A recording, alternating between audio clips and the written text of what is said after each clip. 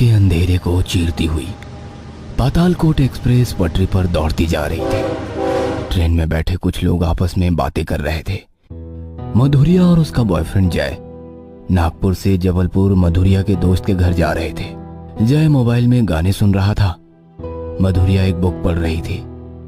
मधुरिया को नींद आने लगी। उसने सोचा कि वो वॉशरूम में जाकर एक बार मुंह धो के आ जाए। ऐसा सोचकर मधुरिया ट्रेन के दरवाजे के यहां बने बेसिन में मुंह धोने चली गई।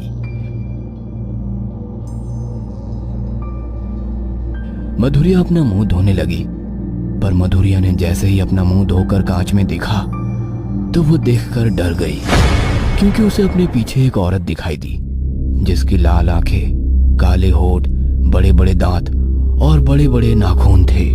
वह थोड़ी देर के लिए हैरान हो गई।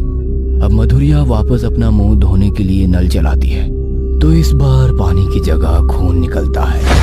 खून देख मधुरिया के होश उड़ जाते हैं। मधुरिया पसीना पसीना हो जाती है। ये सब क्या हो रहा है मेरे साथ? कौन है जो मेरे साथ ये सब कर रहा है? तभी एक हवा का जोरदार झोंका आता है और मधुरिया चलती ट्रेन में से बाहर लटक जाती है। Help! Help somebody help! Please! तभी मधुरिया को जय अंदर खींच लेता है। अच्छा हुआ तुम आ गए। पर तुम लटकी कैसे? पता नहीं जी, मुझे किसी ने धक्का दिया। कौन देगा धक्का? सब सोए हुए हैं। तभी मधुरिया ने जय के पीछे उसी औरत को देखा। मधुरिया घबराते हुए उसने दिया होगा। जय पीछे मुड़ता है तो पीछे कोई भी नहीं होता। कोई भी तो नहीं है वहाँ। शायद तुम्हारा कोई वहम होगा। चलो तुम भी, अब दोनों भी सोते हैं। जय और मधुरिया दोनों सोने चले जाते हैं। जय मधुरिया दोनों सोए हुए थे। तभी मधुरिया को पायल की आवाज सुनाई देती है। पहले तो उस पायल की आवाज को मधुरिया ने अनदेखा किया और सोती रही, पर धीरे धीरे पायल की आवाज और जोर बढ़ती गई।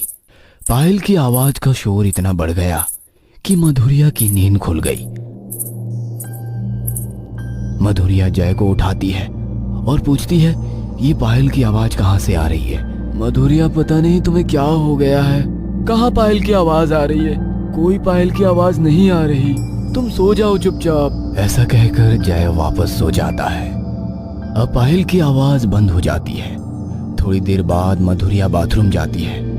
हाथ धोने के लिए वापस उसी बेसिन के पास जाना था, पर वो नहीं जाना चाहती थी।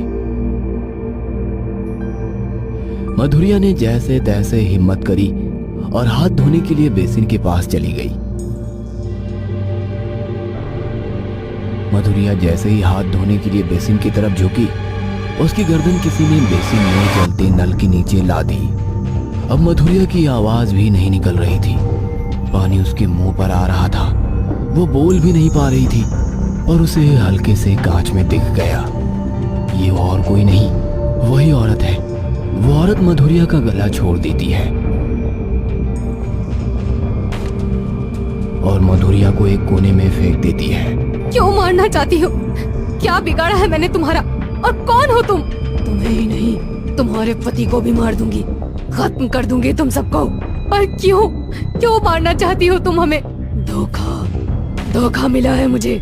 कौन सा धोखा? मैं भी तुम्हारी तरह रोहित से प्यार करती थी। एक कॉलेज में हम दोनों साथ पढ़ते थे। दोनों एक दूसरे से बहुत प्यार करते थे।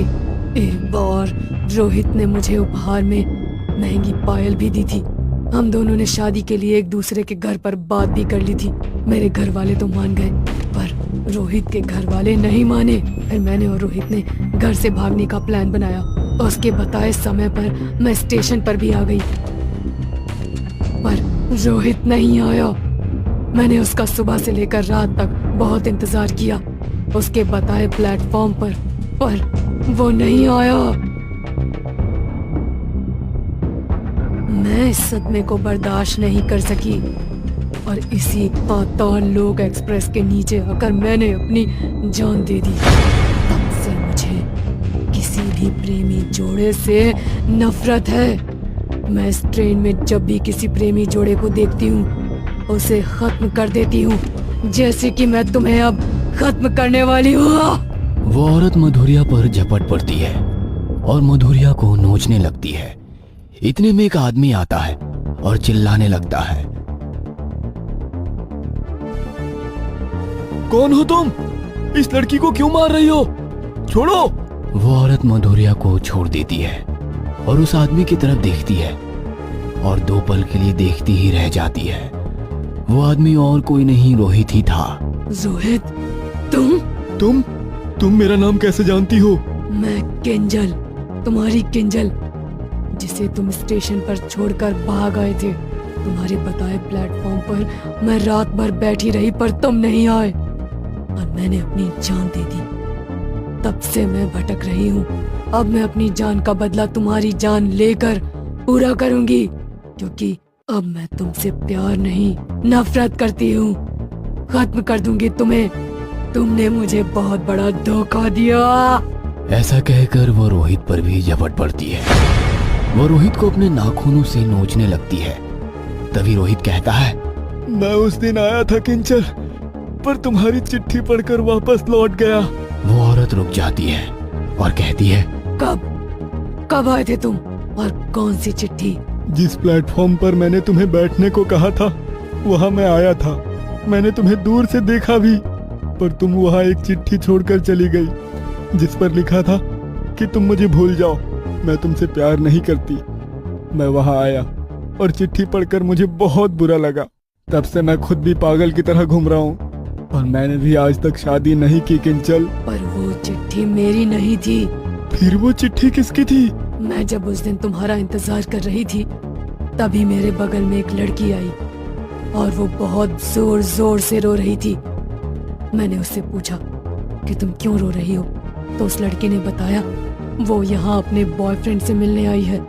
उसकी शादी कहीं दूसरी जगह हो रही है, पर वो ये बात कहने की हिम्मत नहीं जुटा पा रही थी। तो वो एक चिट्ठी पर लिख कर लाई थी और उसने वो चिट्ठी मुझे दी और कहा था कि थोड़ी देर में यहाँ एक लड़का आएगा, उसे ये चिट्ठी दे देना। और फिर जब मैं तुम्हारा इंतजार कर रही थी तो मुझे प्यास लगी। फिर मैंने उस चिट्ठी को टेबल पर रखा और मैं पानी पीने चली गई। शायद तुम भी तभी आए होंगे, पर तुम मुझे कॉल भी कर सकते थे रोहित। मैं वो चिट्ठी पढ़कर पूरी तरह टूट गया। मैंने अपना मोबाइल बंद कर लिया। मैं तुमसे फिर कभी बात नहीं करना चाहता था, पर फिर मेरा गुस्सा शांत हुआ और मैंने जब तुमको कॉल लगाया तो तुम्हारा मोबाइल बंद आ रहा था। फिर मैंने तुम्हें कई जगह ढूंढा, पर मुझे फिर कभी नहीं मिली।